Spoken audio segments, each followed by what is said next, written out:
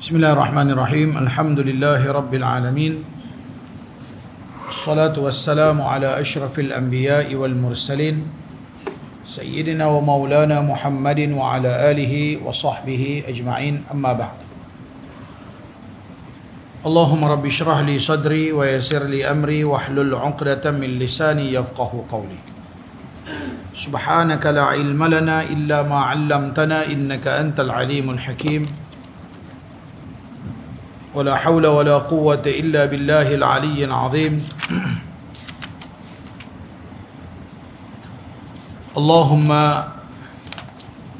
اللهم علمنا ما جهلنا وذكرنا ما نسينا وربي يسر ولا تعسر ربي أتمم الخير. الحمد لله, kita bersyukur kehadrat Allah Subhanahu wa taala dengan keizinan dan taufik daripada Allah kita diberikan kesempatan untuk berada dalam majlis ilmu sambungan dengan kitab Baharul Madhi juzuk yang ke-19. Bismillahirrahmanirrahim. Qala al-musannif rahimahullahu ta'ala wa bisanadi al-muttasili ila a'immatil muhaddithin wa khususan ila al-imam Muhammad ibn Sawrah Abu Isa at-Tirmidhi وحتى إلى رسول الله صلى الله عليه وسلم أقول bab yang ke-46, bab ma jaa fi khatmil kitab, bab yang telah datang ia pada menyatakan hadis yang membicarakan materi surat kirim. Surat kalau nak hantar, kalau nak jadi rasmi zaman tu, maka dia kena ada cop, orang ti bubuh lilin, lepas tu orang ti bubuh dengan dia punya cop buat cincin. An Anas bin Malik qala lamma arada Nabiyullah sallallahu alaihi wasallam an yaktuba ila al-ajami qila lahu innal ajama la yaqbaluna illa kitaban alaihi khatam fastana'a khataman qala faka'anni anzuru ila bayadihi fi kaffihi sallallahu alaihi wasallam. Hadis hasanun sahih. Ketahuilah kiranya wahai saudaraku, kata pengarang kitab ni, dia kata ketahuilah kiranya wahai saudaraku, seseorang itu harus bagi dirinya mengadakan materi, yakni cap namanya di atas perak atau apa-apa galian yang lain daripada emas. Buat dengan besi ke, buat apa ke, buat dia punya nama, buat cop, tak ada masalah. Maka faedah mengadakan itu ialah apabila seorang hendak mengirim surat atau buat satu surat perjanjian, maka boleh taruh cap itu ganti sign nama sendiri. Kita dah sebut sign kan, ganti lagi sign nama sendiri. Maka demikian itulah diperbuat orang pada zaman Nabi kita sampai kepada masa kita ini. Ada yang memakai demikian itu. Zaman pengarang kitab ni, Syekh Idris Al-Marbawi, tahun 50-an, 60-an di Mesir. Dia karang kitab Baharul Madhi ni masa dia duduk di Mesir. Dia belajar di sana. Dia menikah orang sana, tak silap saya. Dia duduk di sana. Dan dia mengarang. Saya dipahamkan orang-orang yang lama-lama, ustaz-ustaz dulu, yang ada yang pernah menziarahi dia di rumah dia di Mesir satu ketika dulu. Masa dia duduk di Mesir, dia duduk karang kitab Baharul Madhi. Sehingga dia kata dia duduk susun dia punya huruf-huruf ni yang nak tulis dalam tulisan Jawi untuk dibuat percetakan. Yang ni dah telah pun dirumikan. Yang ni cerita di Mesir. Punya apa orang panggil, punya sungguh-sungguhnya dia dalam menyusun kitab dia. Zaman tu, sebab kita kena faham Mesir zaman Malaysia belum lagi moden dan maju. Mesir dah jauh lebih hebat daripada kita. Mereka dah pergi sampai ke mana-mana sebab mereka dijajah oleh Perancis, juga pernah dijajah oleh Perancis, dan mereka lebih moden. Mereka agak ke depan lagi daripada kita masa zaman tu kalau di bandak-bandak dia. Dan Nabi kita sendiri telah memperbuat demikian itu.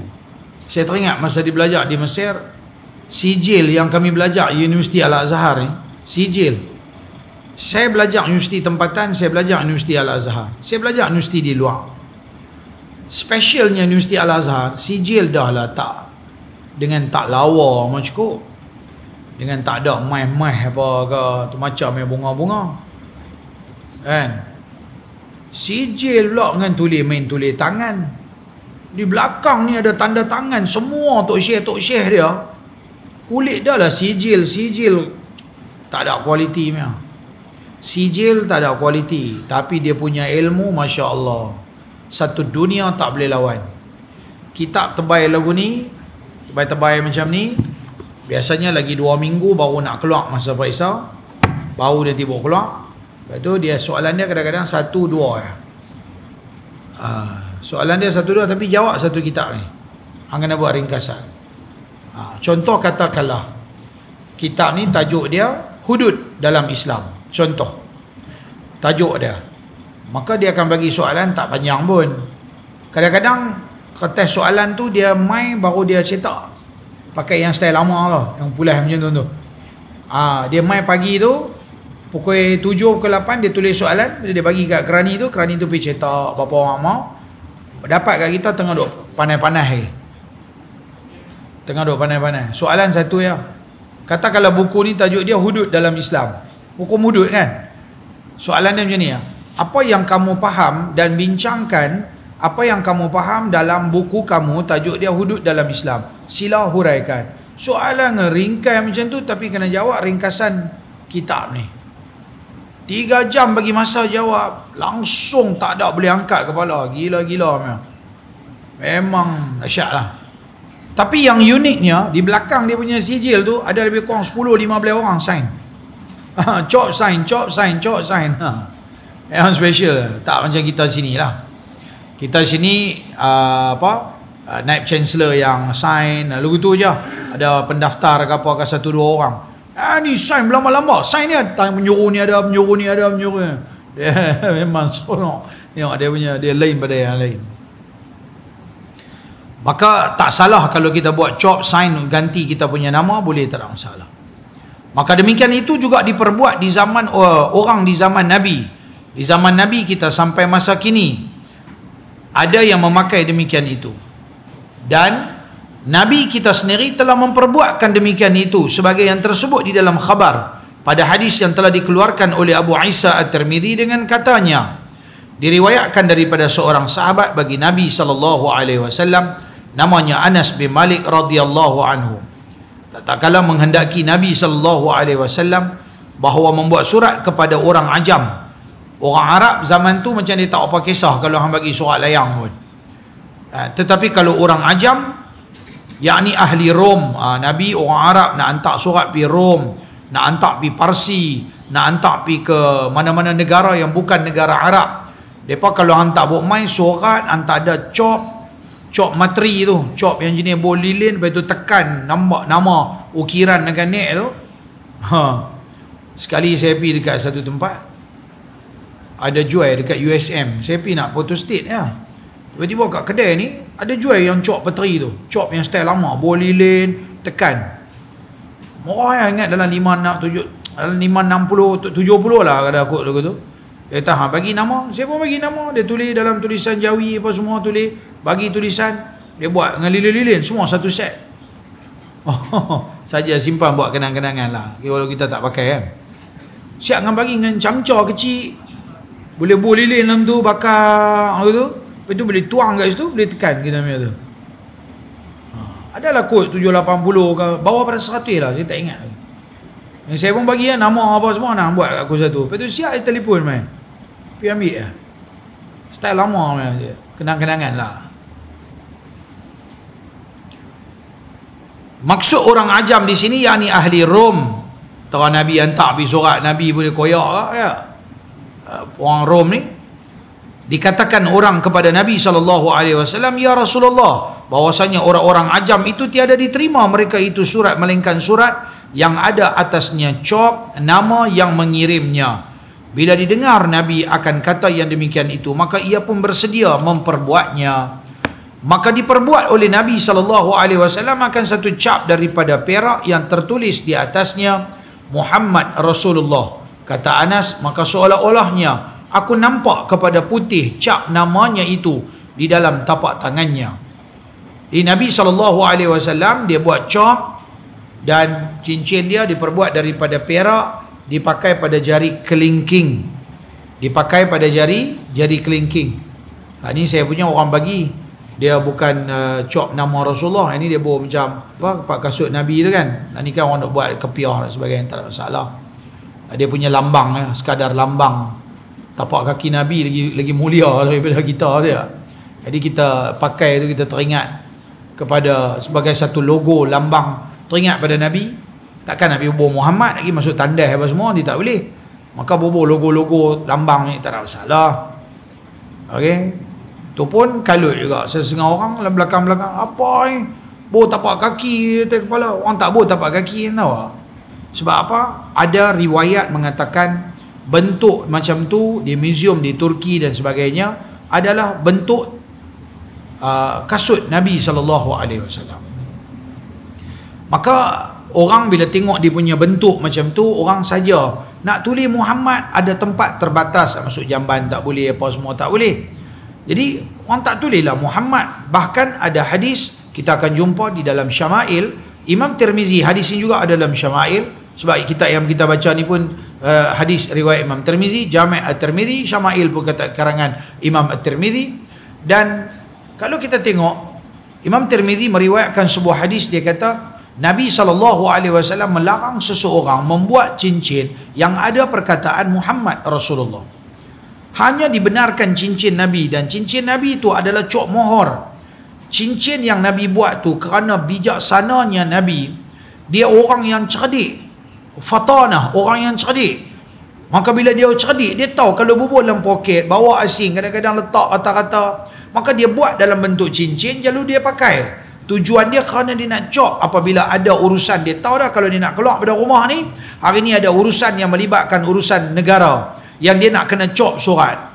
Sejarah menunjukkan bahawa hampir 40 lebih surat, kalau tak silap ingat saya, 30-40 surat yang ditulis oleh sahabat atas arahan Nabi. Nabi cakap, lepas tulis, maka lalu ditulis dan dihantar kepada pembesar-pembesar negara dunia pada ketika itu. Kalau kita belajar tentang uslub dakwah Nabi Muhammad, kita akan dapat ini satu poin, hadis-hadis yang seumpama ini, bahawa Nabi berdakwah dengan pelbagai cara. Nabi berdakwah dengan pelbagai platform.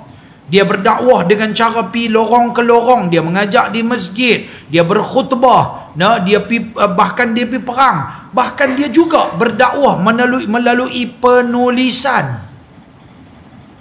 Kalau zaman kita sekarang ada Instagram, ada Facebook, ada Telegram, ada Google Meet, ada apa-apa benda yang memudahkan orang untuk belajar.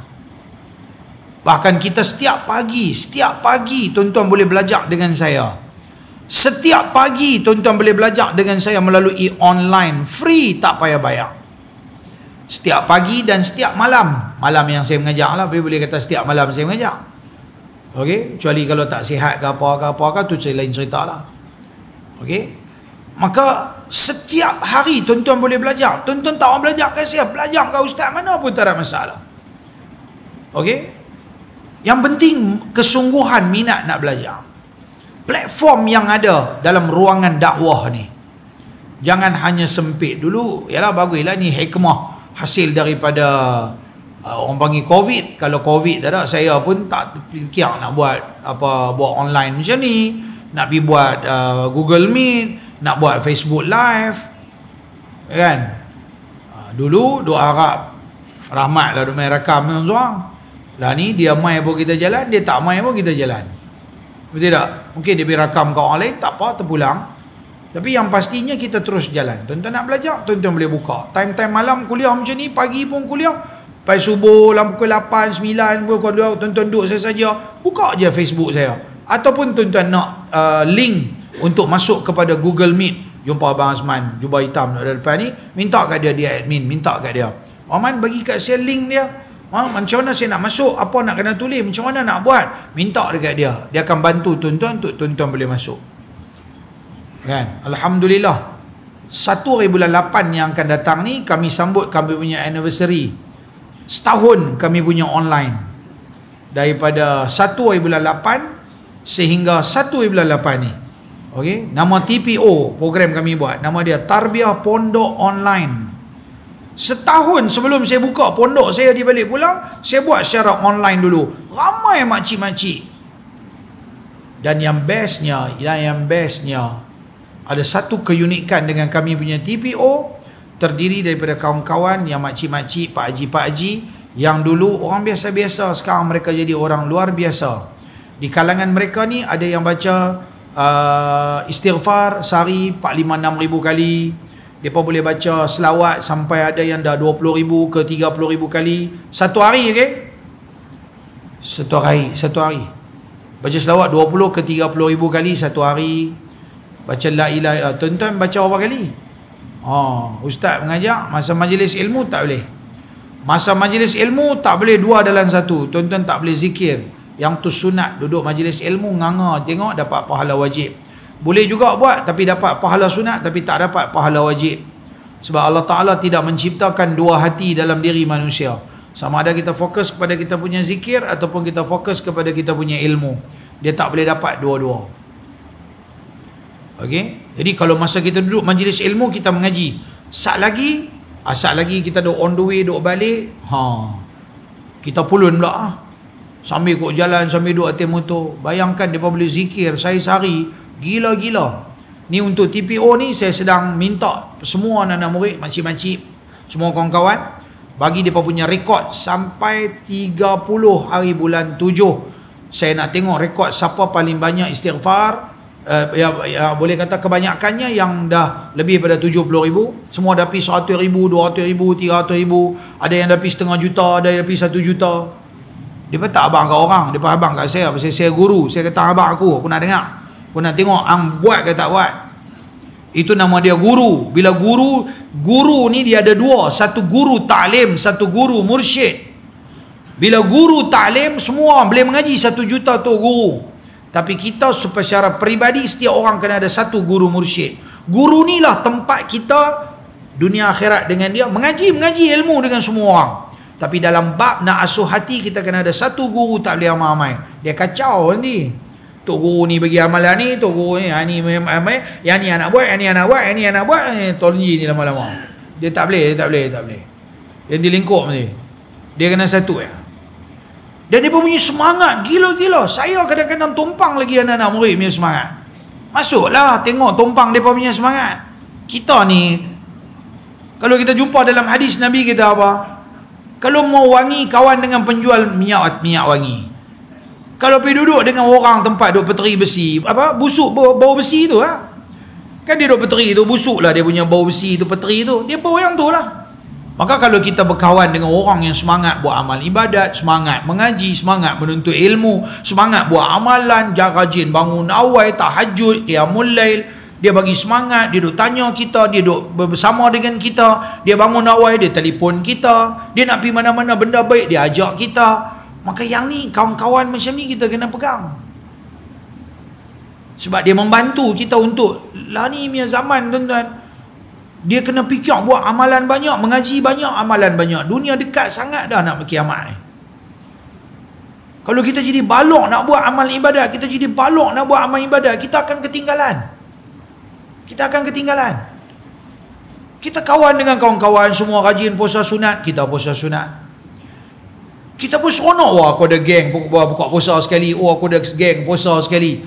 Sebab kita balok punya geng, sama ya siapa-siapa pun. Bila nak main semangat istiqamah tu bukan satu benda yang senang. Kadang-kadang bila tak puasa, kan kita tanya, ni puasa ni? Tak puasa lah. Dia pun sendiri dia rasa lah, termalu lah ni tak puasa. InsyaAllah try ni kami ni pula puasa. Lalu tu dia main gitu. Dia main semangat lagu tu. Dia faham tak? Dia tak dapat yang ni, dia nak ambil yang ni. Dia tak dapat pasal apa? Member ni boleh, dia ni boleh. Pasal apa aku tak boleh? Aku pun kena boleh. Pasal apa orang lain boleh buat? Tiap-tiap bulan saya buat majlis khatam Quran. Ada di kalangan murid-murid saya yang boleh khatam 4 kali sebulan, 5 kali Quran.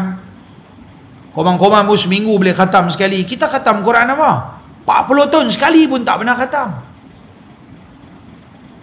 Dan kawan dengan orang malas baca Quran, tak tahu baca Quran, tetapi kawan dengan orang tak tahu baca Quran juga, jadi tak boleh baca Quran bila-bila. Inilah tuan-tuan, kita nak bawa diri kita. Zaman lah ni bukan zaman nak berbangga siapa bagus siapa tak bagus, tak. Kita semua yang main ke masjid ni adalah orang yang bercita-cita untuk menjadi orang yang baik dan orang yang bagus. Maka bila kita main, kita nak tumpang semangat kawan-kawan, dia ni buat, dia ni buat, dia ni buat, dia ni buat, kita nak tumpang-tumpang, kita pun nak buat sama. Tapi sayang dan malangnya kalau kita duk berterusan hidup dengan keadaan malas nak buat amal ibadat, malas nak buat kebajikan, itu dan tak boleh nak nolongnya. Kena tolong diri sendiri. Boleh faham? Tengok Nabi SAW berdakwah dengan kepelbagaian platform. Penulisan ada, ceramah ada, kuliah ada, lorong ke lorong ada, jumpa personal orang demi orang ada, pelbagai cara. Ada rezeki nanti di masa-masa akan datang, boleh tengok satu buku yang saya tulis lebih kurang 20 tahun yang telah lalu, Uslub Dakwah Nabi Muhammad. Satu risalah ringkas, padat, kecil ya, tapi adalah berpuluh-puluh kaedah yang saya kenal pasti, yang saya korek tengok kaedah yang diguna pakai oleh Nabi SAW dalam berdakwah. Kalau kita pasal apa? Pasal apa saya tulis buku tu satu ketika dulu? Sebab kita kadang-kadang suka mendakwa, kita seorang-seorang saja buat kerja dakwah, orang lain tak buat. Ada orang dia pergi dakwah lorong ke lorong, dia kata apa? Ustaz-ustaz ni tak buat kerja dakwah. Dia kata kami lah buat kerja dakwah. Tengok kami pergi jumpa orang semua tak mau mengaji, tak mau semayang, tak mau main masjid dan sebagainya. Sebenarnya dia dah buat dah bidang dakwah, betul dia buat. Tapi sayangnya dia merasakan dia saja yang buat dan dia tak merasakan orang lain pun buat sama. Akhirnya dia rasa ujub, kagum dengan diri dia. Oh, aku saja, kami ya, orang macam kami saja buat dakwah. Ustaz-ustaz di masjid, mereka tak buat dakwah. Mereka perlu tahu cakap, mereka pandai cakap. Setengah-setengah ustaz-ustaz mereka mengajak, mereka rasa mereka je berdakwah dan dia tak merasakan orang lain buat dakwah. Pun salah juga. Bagi saya dalam hidup kita kadang-kadang setiap orang, setiap individu kita ni ada peranan dalam dakwah. Apa saja peluang yang kita ada, kita boleh berdakwah. Baik itu Nabi kata apa? Kuntum khaira ummatin ukhrijat linnas. Kamu ni umat Nabi Muhammad, umat yang terbaik yang Allah keluarkan di kalangan manusia. Siapa dia umat Nabi Muhammad? Ta'muruna bil ma'ruf, kamu suruh orang buat benda baik. Wa tanhauna 'anil munkar, kamu suruh orang cegah kemungkaran. Kamu suruh orang jangan buat benda-benda yang salah. Wa tu'minuna billah, dalam masa yang sama kamu juga orang-orang yang jaga iman kamu kepada Allah. Lain pada kita buat, kita punya amalan, kita buat juga. Kadang-kadang amal ma'ruf nahi mungkar dia buat. Mungkin guru dia, satu ustaz dia ceramah ke kuliah ke, dia buat amal ma'ruf dengan cara dia. Ada orang lain mungkin dengan cara dia. Ada mungkin orang tak hati cakap, tapi dia pandai penulisan. Dia tulis dalam Facebook, dia tulis dalam apa. Nah, dia mungkin penulisan dia orang baca dan menginsafkan orang, menyedarkan orang. Ada orang kadang-kadang dia copy video ke gambar apa-apa, dia hantar pergi dekat orang. Orang pun boleh tengok. Oh, saya teringat pagi tadi dalam kami ada satu grup TPO, tiba-tiba ada seorang kawan, grup TPO, grup apa tau, kadia lain. Dia hantar main satu video, ada satu pakcik kena tendang dengan lembu masa nak korban. Pagi tadi dia hantar dalam grup. Bila pagi tadi saya mengajak tajuk korban. Kami duk baca banyak hari dah, kami baca kitab korban, hukum hakam korban mengikut mazhab 4 mazhab. Tengah duk bincang dekat-dekat nak habis dah. Jadi masih lagi minggu ni duk bincang lagi, dah masuk korban kan nak habis dah, duk masuk akikah pula. Jadi dalam duk bincang, kita buat keluar lah video-video tengok orang kena tendang dengan lembu. Saya tunjuk kat budak-budak saya, mai sini, abang main tengok macam mana. Ni aku nak abang. Ni pengalaman saya dah sembelih lembu beratus-ratus ekor. Nak kata ribu saya tak tahu lah. Ratus dah lah kot. Kan? Beratus-ratus ekor. Ni antara benda yang kena jaga. Dalam masa nak sembelih korban, ang kena buah badik lembu anti mampu. Tangtu juga boleh jalan. TKO. Pakcik tu kena. Indonesia dia tak gamak kan. Dia pergi duk buat tu macam yang berani ingat lembu okey apa. Lembu tu sudah tu macam yang duk cuak dah tengok orang ramai-ramai. Tu macam yang angkat pagi bawah belakang bawah badik ni kena sebiji di muka. Tidak terus tu. Bagi saya itu satu peringatan musim-musim korban ni. Kan bagus orang yang dah share gambar tadi akan menyebabkan musim korban ni orang pun semua refresh balik. Oh, kita kena beringat balik korban ni jangan duduk belakang lembu. Lembu jangan duk ingat kita ni kita duduk belakang dia tak nampak. Hak buah badik satu. Duk tarik lembu terlepas tali. Allah. Berselerak dah lah dukung anak perempuan. Dia tunjuk tadi gambar tadi kan. Jatuh tu guling lembu dah mengamuk. Mantap. Abang Sado. Tu baru lembu apa dengan tanduk sang tu pun dah lari dah. Tu tak cerita lagi pisau berapa ramai tu imam yang tak perasan apa semua pakai pula veterinot pula.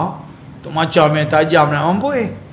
Silap-silap sembelih lembu sudah kelepiang sikit syut pagi tangan. Tani pula pergi kena. Jalan. Tak ada hospital lah. Ada orang ambil tau. Saya bisa kena sikit. Sembelih kambing saya kena sikit. Sikit je saya kena. Ujung ni lah veterinot. Veterinot tajam ya Rabbi. Jangan bagi kena. Memang tajam. Saya bukan pakai yang tu bukan pisau sembelih. Pisau lapah kambing punya. Saya dua kali-kali sikit je terkena jari. Allah, darah keluar tak berhenti. Ujung ni lah kena. Tapi saya nak abang kata, bukan nak cerita pasal korban hari ni, tapi nak abang kata, siapa yang share gambar-gambar macam ni, video-video baik macam ni, sebagai peringatan untuk orang dalam musim-musim korban, dapat pahala tak? Dapat pahala tak? Ada tak dia punya unsur dakwah dia ada tak? Ada tak peranan dia dalam menyedarkan masyarakat, memperingati manusia, masyarakat tentang korban apa semua? Ada tak? Ada, dapat pahala. Awak ustaz saja dapat pahala. Orang biasa pun boleh dapat pahala. Ini uslub dakwah. Siapa pun tak boleh dakwah kata dia di dunia ni dia seorang saja buat dakwah. Sebab peranan berdakwah tambah pula zaman moden lah ni, tambah moden. Tapi jangan duk kopi gambar tak ketahuan benda-benda yang kita tak tahu tenggelam punca, kita jangan duk pandai-pandai. Yang ni pun satu Maka dia ada ruang-ruang dakwah yang boleh kita berkongsi sama dalam ruang dakwah. Tengok Nabi SAW, satu manusia yang dia nampak saja peluang-peluang berdakwah, dia tidak akan tinggalkan. Walaupun zaman sekarang dah tak relevan dah hantar surat. Dah tak hantar surat. Zaman saya budak-budak adalah hantar surat kat markah, bawa bedak. Bawa apa tu? Biji-biji tu yang wangi-wangi. Lani orang tak hantar surat kat markah mah. Apa dah? Orang dulu biji-biji wangi tu. Kan? Macam yang bungkui, biji wangi, tak ada pun bawa bedak. Markah keliling pinggang, cik. Macam yang balut pun ada cara. Habis-habis koman dulu-dulu, hantar kat markah, hantar bukan coklat hack, hantar kertas coklat hack. Hantar gitu. Plastik dia. Balut plastik dia ya. Betul ada cara balut tau. Dia ada hack tu, ang kena balut, buang sampai dia jadi hack 3 kali tuan tu. Pasal apa hack? Saya tanya Hazan, pasal apa hack? Dia tak tahu. Hack tu dia ringkasan, hanya aku cinta kau seorang. Apa dah? Dia pun mana tahu mak ni, saya tak tahu.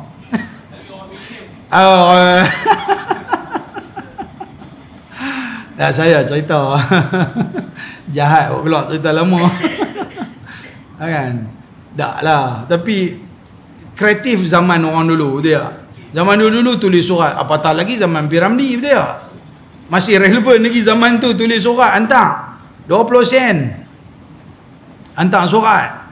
Lah ni tak relevan dah hantar surat. Lah ni semua orang pakai handset, dan ni orang hantar Telegram, dan ni orang hantar Facebook, orang hantar email, macam-macam lah. WhatsApp lah paling senang sekali kan. Mungkin lepas ni apakah lagi yang lebih mudah.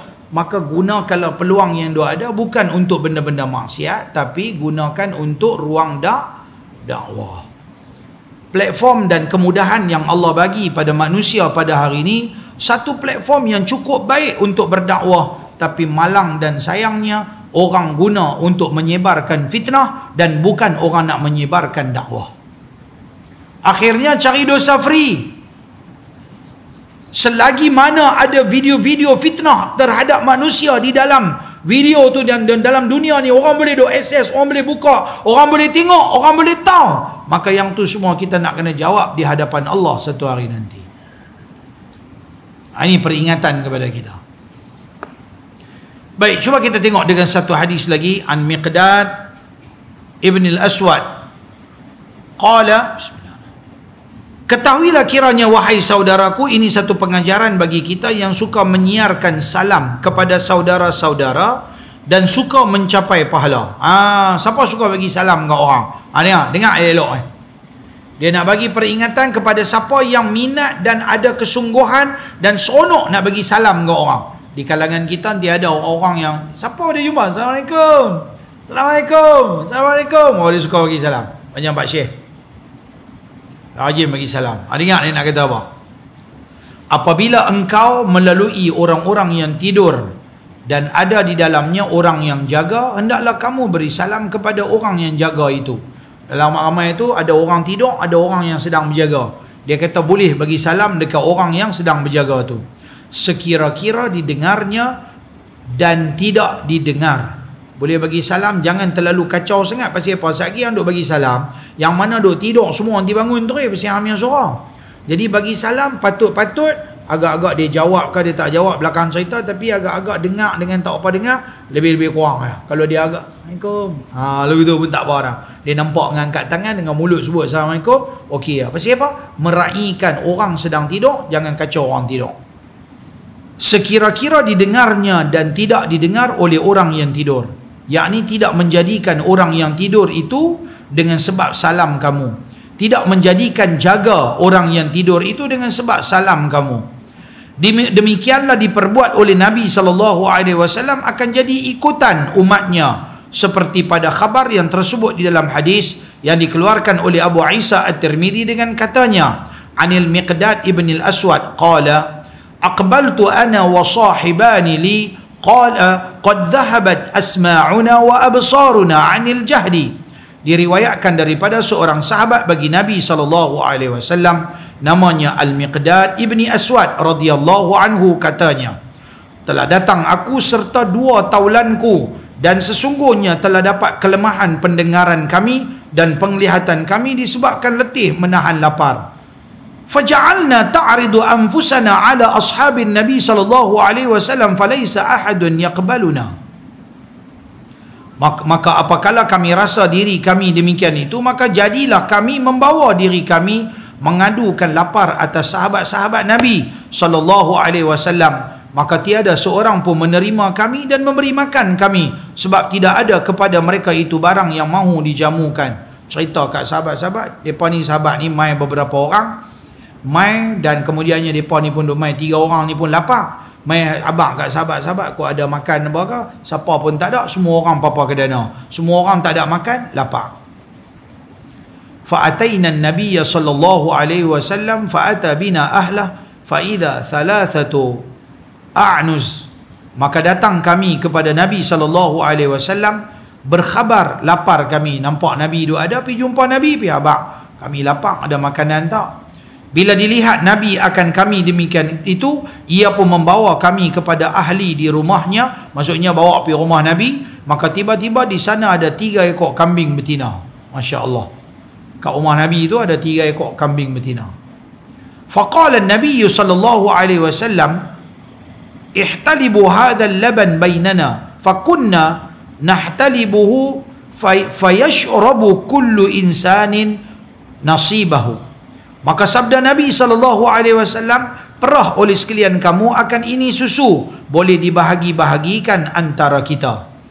Dia suruh perah. Kita kalau kita lapar, kita mau daging kambing tu. Arab tak, dia minum susu banyak. Sampai sekarang kalau tuan-tuan pergi di Mesir, tuan-tuan pergi di Syria, sebahagian besar negara Arab, memang mereka minum susu berlambak-lambak satu hari. Di negara Arab, sampai sekarang Arab, mereka minum susu banyak. Kalau tuan-tuan pergi kedai runcit, mesti kena ada susu yang bukan bolang kotak punya, yang dia duduk dalam, kita panggil apa? Chiller lah. Dia nanti ada macam bekas duduk pusing tu, macam peti ais krim tu. Tapi dalam tu dia ada susu. Tapi susu kebau lah. Kalau susu lembu selalunya duduk dalam kotak. Susu kebau banyak. Tapi susu lah, kira susu lembu, adik-adik lembu tu. Memang banyak. Saya ingat kat nak masuk ke rumah saya tu ada satu kedai runcit. Hari-hari dia tu siang-siang dia tu bawa mai van tu bubuh susu lembu. Baldi besar-besar. Malam mesti habis. Esok malam mesti habis. Satu orang balik pergi kerja, balik mai sekali 2 kilo, sekilo, 2 kilo beli balik rumah. Dia ni mai sekilo, 2 kilo beli rumah. Kalau 10 orang mai pun dah 10 kilo dah. Kalau 50 orang mai 50 kilo. Peti ais tu pun tak sampai 50 kilo. Kita pergi kedai lain pun lagu tu juga, semua habis. Dia memang suka minum sampai sekarang. Maka orang Arab mereka boleh hidup hanya dengan makan susu, hanya dengan makan kurma. Kita tak boleh. Faham tak? Saya tak makan nasi, tapi roti canai ada, saya boleh hidup. Tak ada nasi tak apa, ini ada roti canai. Mau kuah taruh atas pula. Hello. Yang tu lah saya sayang Masjid Jelutong ni. Apa jaga kuah taruh atas punya.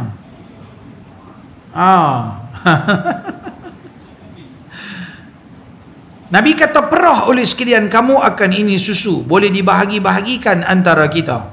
Maka kami perah akan dia. Bila sudah kami perah, kami minum tiap-tiap orang daripada kami akan habuannya. Wa narfa'u li Rasulillah sallallahu alaihi wasallam nasibahu, fayaji'u Rasulullah sallallahu alaihi wasallam min al-lail fayusallimu alaina tasliman la yuqidun naim wa yusmi'ul yaqdan. Dan kami angkatkan bagi Rasulullah sallallahu alaihi wasallam akan habuannya. Kami bagi juga untuk Nabi punya minum, dan kami pun keluar daripadanya, keluar pada rumah Nabi apakala malam hari, tidurlah kami. Maka datang Rasulullah sallallahu alaihi wasallam pada malam itu, dan aku ada sedang jaga. Dia tengah duduk jaga, tak lena lagi. Lalu diberinya salam atasku sebagai salam yang tidak nyaring kuat suaranya, tiada menjaga akan yang tidur, boleh didengar dan boleh didengarkan orang yang jaga. Nabi bagi salam tak terlalu kuat dan tak terlalu pelan. Orang jaga boleh jawab, orang tidur dia tak kacau. Lepas tu kalau tuan-tuan pergi di masjid, tiba-tiba time tu bukan time tu time orang mengaji ke, time orang sedang buat amal ibadat ke, time apa lagi, time orang tengah duduk tidur dalam i'tikaf dalam masjid ke, maka patut-patut sikit jaga kita punya suara. Kadang-kadang kita sembang, orang tengah semayang, kita sembang, mungkin suara kita kuat, kita kena jaga adab-adab. Nabi larang kita mengangkat suara ketika orang sedang beribadat di dalam masjid. Thumma ya'ti al-masjida fayusalli thumma ya'ti syarabahu fayashrabuhu. Kemudian daripada itu datang ia ke masjid, lalu sembahyang ia akan sembahyang tahajud. Kemudian datang ia kepada minuman susunya yang kami simpan untuk Nabi, lalu Nabi pun minum akan susu tersebut. Kata Abu Isa At-Tirmidzi, bermula ini hadis hasan lagi sahih. Kata Imam Nawawi rahimahullahu ta'ala dalam kitab dia Al-Azkar,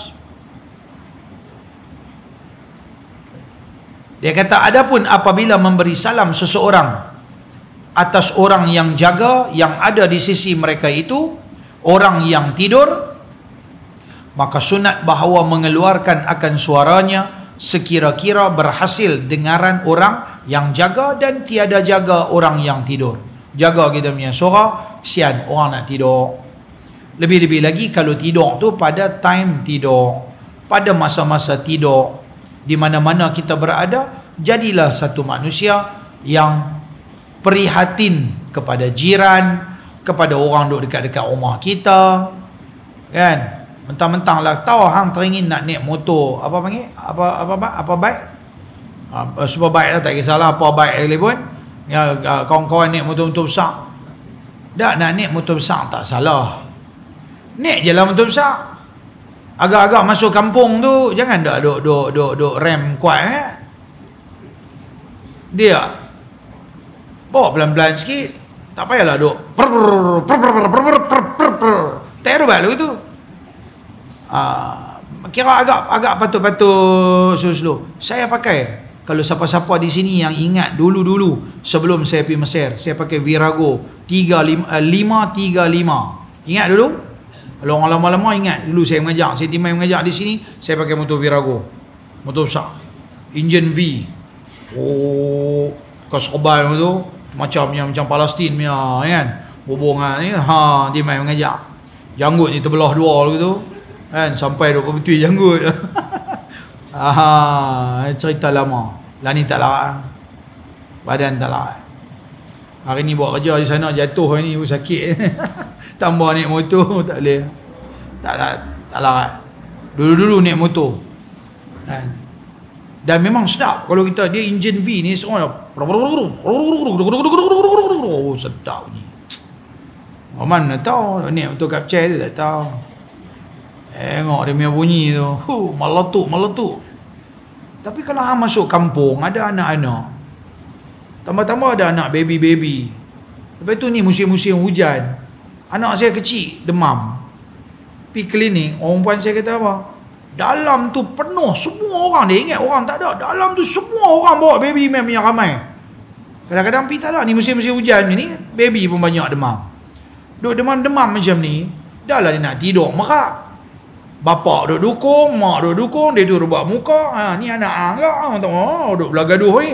Dia apa hampir aku letih pergi kerja. Itu saya turun beranak, saya tak biar rehat. Duk bergaduh kan. Dah lah masing-masing ni bebai aku seorang nak kena jaga, hang tak mau jaga. Duk dalam duk pun lena dah. Mangkuk air ni mai. Allah. Asamnya nak keluar kan, nak bubuk exhaust buluh. Bagi angkat pun dia bumbung. Aduh. Itulah anak abang kata, prihatinlah kepada orang. Kata Imam Nawawi, telah berkata Imam Abu Muhammad Al-Qadi Husain dan Imam Abul Hasan Al-Wahidi dan lain daripada keduanya daripada ashab kita, dan disyaratkan bahawa adalah jawab salam itu dengan segeranya. Oh, bila pun kalau tuan-tuan belajar bab salam, jawab kena segera. Kalau orang bagi salam, Assalamualaikum, tuan-tuan kata kalau duk tengah belahak ke berasin ke masa tu, habis-habis tu terus jawab. Tapi kalau duk mengelamun, boleh main dekat setengah minit, macam bagi salam tadi, Waalaikumsalam, dah tak sunat jawab dah. Bukan sunat, tak wajib jawab. Kalau kita dengar, kita tak jawab, berdosa. Bagi salam tu hukum dia sunat, jawab salam hukum dia wajib. Walaupun ulama kata bagi salam lebih afdal dalam kes ni.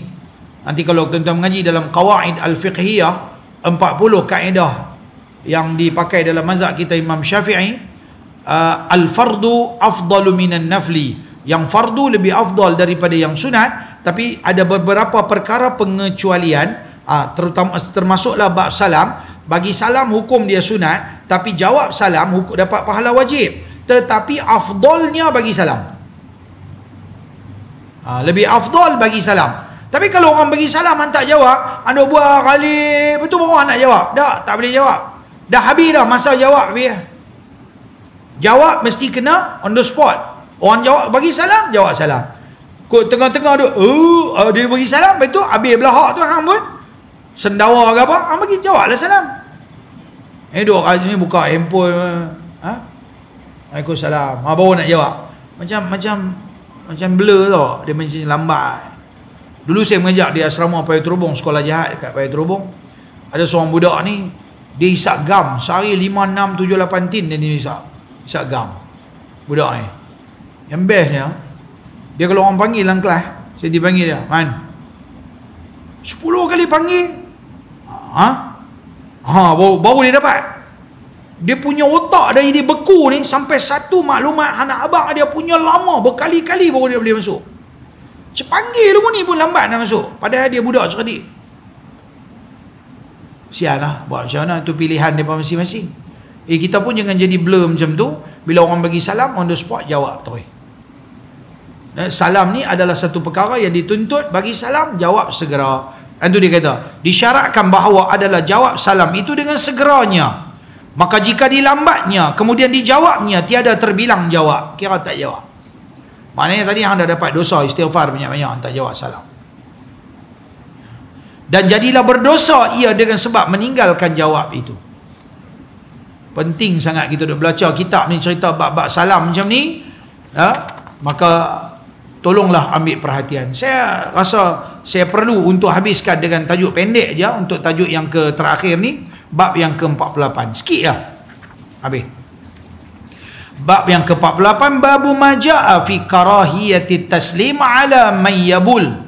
Bab yang telah datang ia pada menyatakan hadis yang menunjukkan ia atas tegak memberi salam ke atas orang yang kencing. Orang tengah duduk kencing berak, jangan bagi salam.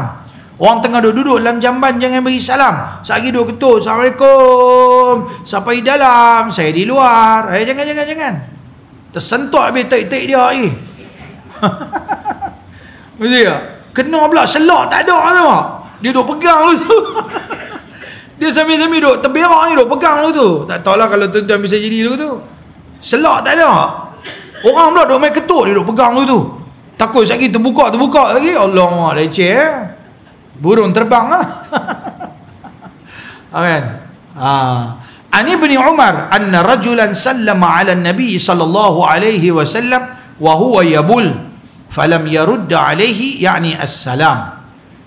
Diriwayatkan daripada Abdullah bin Umar bahawasanya seorang lelaki memberi salam ia atas Nabi sallallahu alaihi wasallam padahalnya kencing ia. Nabi tengah duk kencing, dia bagi salam, maka tiada dijawab atasnya, yakni salam. Ketahuilah kiranya wahai saudaraku, adalah syarak kita menyuruhkan siarkan salam. Islam ni dia suruh kita sebarkan salam. Afsyus salam bainakum. Hiduplah dengan suka bagi salam sama-sama orang Islam. Sebab bila kita duk bagi salam ke orang, kita duk doa ke orang dengan kebaikan, dengan kesejahteraan, keselamatan. Assalam, salam tu maknanya selamat. Kita duk doa ke orang bagi selamat dan mendapat pahala bagi orang yang menyiarkannya, orang yang menyebarkan, orang yang duk war-warkan, orang duk bercakap, duk bagi salam jawab salam, bagi salam jawab salam, dapat pahala menyebarkan, bagi orang semangat untuk nak bagi salam. Sebagaimana telah disebutkan dahulu, tetapinya dikuatkan suruh itu pada setengah ahwal. Ada setengah-setengah keadaan amat dituntut untuk bagi salam, dan diringankan suruhnya pada setengah-setengah ahwal. Ada setengah-setengah bab tak boleh bagi salam. Ustaz tengah duk mengajar, tak boleh bagi salam. Khatib tengah duk berkhutbah, tak boleh bagi salam. Orang tengah duk mesyuarat, tak boleh bagi salam. Orang tengah duk bincang, semua orang dia, cik ni okey, ni Maksud ada pandangan apa? Rahman bagi pandangan. Wan, pandangan apa? Aizan, pandangan apa? Bagi Afriz ada apa? Okey, duk mesyuarat. Lepas tu dia ni masuk, Assalamualaikum semua-semua. Semua-semua pula.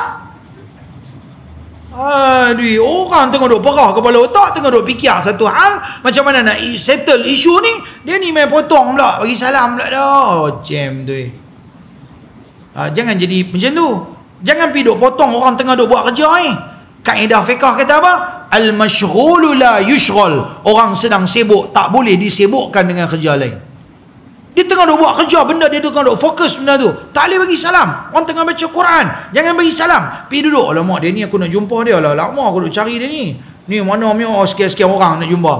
Pergi duduk sebelah dia, dia pun duduk, nampak pun dia berhenti baca, habis sampai full stop dia pun tengok kita. Assalamualaikum. Bagi salam. Masa tu baru bagi salam, dia dah berhenti bacaan, dia tengah duk baca, jangan bagi salam. Orang tengah semayang tak boleh bagi salam, orang tengah berak tak boleh bagi salam, orang tengah kencing tak boleh bagi salam, orang tengah makan tak boleh bagi salam. Selalu saya tengok mana-mana rumah kenduri orang suka bagi salam. Orang tengah duk jolok ni, tengah duk masuk ni, aku salam tu dia, bersemua habis semua keluar. Mau bagus lagi, sekali bagi salam, sekali dengan tampak ke belakang. Assalamualaikum, kedepung, bersembuk habis semua keluar. Member kenal, tak boleh buat gitu. Orang tengah makan, tersedak mati ke tau.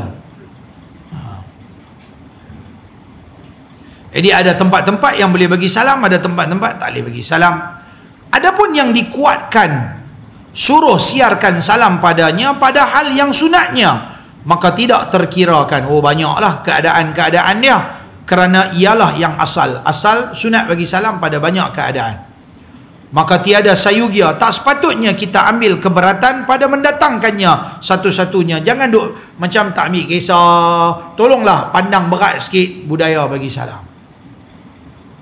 Bila jumpa Assalamualaikum, bila nak berpisah Assalamualaikum, bagi salam. Mula majlis dengan Assalamualaikum, assalam qabla al-kalam, Nabi kata. Bagi salam sebelum cakap. Tengok banyak selalu, sebelum ni saya dah cerita dah.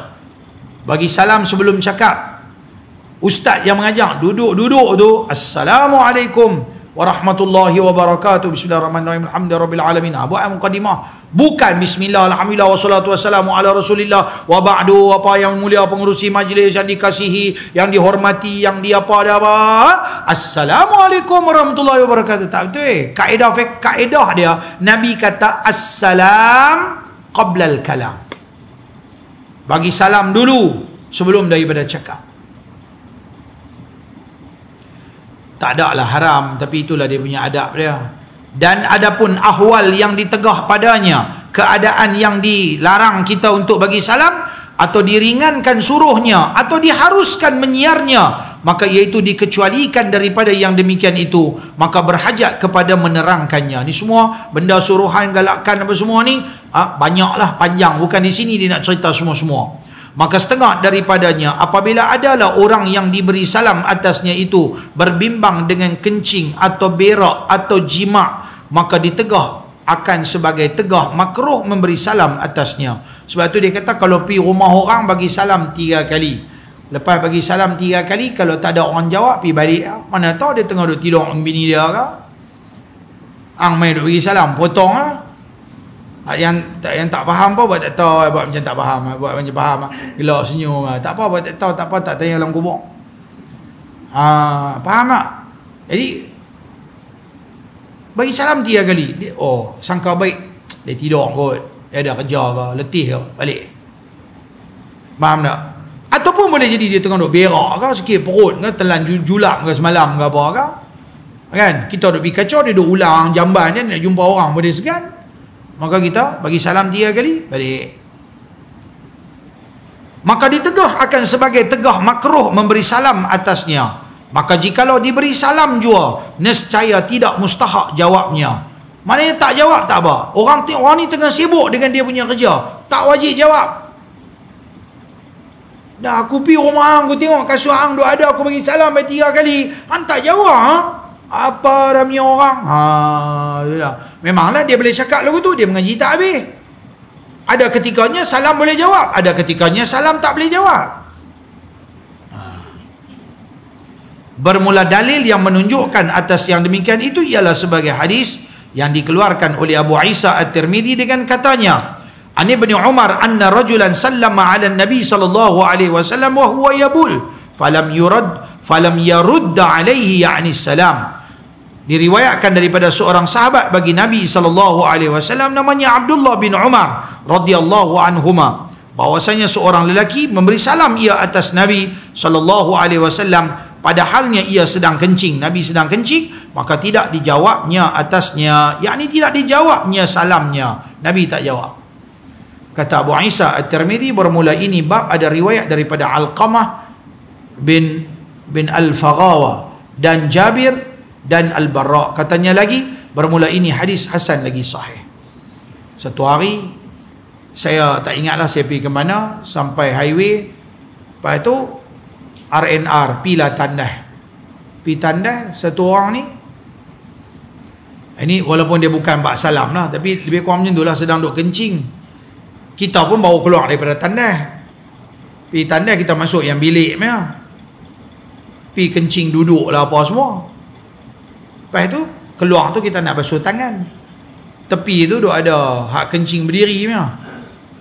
Dia ni sedang duk menjawat jawatan bomba tarak tauliah punya, sedang duk kencing. Dia tengah duk kencing dengan tak malu macam cukup, nampak habis semua, kan? Dak saya pun mula tak nampak apa pun, tak tengoklah hang punya aku punya lah dia. Jadi kita pun duk basuh-basuh tangan, tak perhatilah dia. Kalau satgi aku duk tengok pula, orang duk kata duk tengok pula kan. Dia payah laki dengan laki jangan duk tengok. Satgi orang kata geng Al-Juburi ke leceh mah. Saya tak tengok. Jadi kita tak tengok lah, kita duk basuh-basuh tangan. Tiba-tiba macam terkalih tu, terkalih. Nak rasa macam ada mata duk perhati tu. Saya pun macam terkalih. Terkalih dia tengah duk kencing ni. Dengan semua nampak lah ni. Dia tengok. Dia beli angguk-angguk dulu tu. Allah. Saya pun tengok dia. Tengok dia dengan nampak tu macam tu. Allah. Ya. Nama dia kenal kot kan. Itu macam mana dia pun takkan banyak lah. Lama ustaz dah usia aku lah. Pi Jahanam. Kata ya. Syang. Kencing diri dah lah. Kencing diri. Siap boleh angguk-angguk lah. Senyum-senyum. Bukanlah senyum. Allahu Akbar. Tak tahulah kalau bilik semua. Kalau ada masanya kita boleh tahu boleh kencing diri. Masa bila? Cuti-cuti perayaan RNR semua penuh. Anak tunggu bilik malam sikit. Tunggulah lagi 2 jam semua duk beratung lah. Oh saya bisa tengok keadaan macam tu. Oh dahsyat. Yang tu memang leceh mau. Raya-raya. Lepas tu saya malas highway raya-raya mau tak mau pergi lah. Pasal apa? Hampir nak terkencing, nak terberak pun kena beratung orang punya ramai. Yang tu mungkin lah kalau daripada anda pergi kencing kata-kata, kot dia nak pergi kencing tang situ, lain cerita. Tapi kalau ada peluang untuk kencing duduk, Islam ajak kat kita supaya kita kencing duduk. Ajak anak-anak kita supaya kencing duduk. Ini sunnah Nabi SAW. Jadi orang tengah duk qada hajat, jangan duk bagi salam. Yang tu satu tempat dan keadaan yang dilarang untuk kita bagi salam. Kemudian kita tanda pada muka surat 199 pada bab yang ke-49, bab yang telah datang ia pada menyatakan hadis yang menunjukkan atas tegah berkata orang yang memberi salam itu alaikas salam dengan memulakannya. Dia baca kod terbalik, orang panggil, orang kata assalamualaikum, dia pergi kata salam kat orang alaikas salam. Boleh ke cakap macam tu? Oh salam pun ada, alaika ke alaikum ke apa, bagi terbalik boleh tak? Nanti kita akan bincang pada siri akan datang. Wallahu a'lam. Baik, tanda dekat situ dulu tuan-tuan. Jumpa lagi. Bismillahirrahmanirrahim. Alhamdulillahirabbil alamin. Wassalatu wassalamu ala asyrafil anbiya'i wal mursalin sayyidina wa maulana Muhammadin wa ala alihi wa sahbihi ajma'in. Allahumma zidna ilman nafi'a wa rizqan halalan wasi'an mubarakan fihi وعملا متقبلا. اللهم علمنا ما ينفعنا وانفعنا بما علمتنا وزدنا علما. اللهم ربنا آتنا في الدنيا حسنة وفي الآخرة حسنة وقنا عذاب النار. صلى الله وسلم عليه والحمد لله رب العالمين.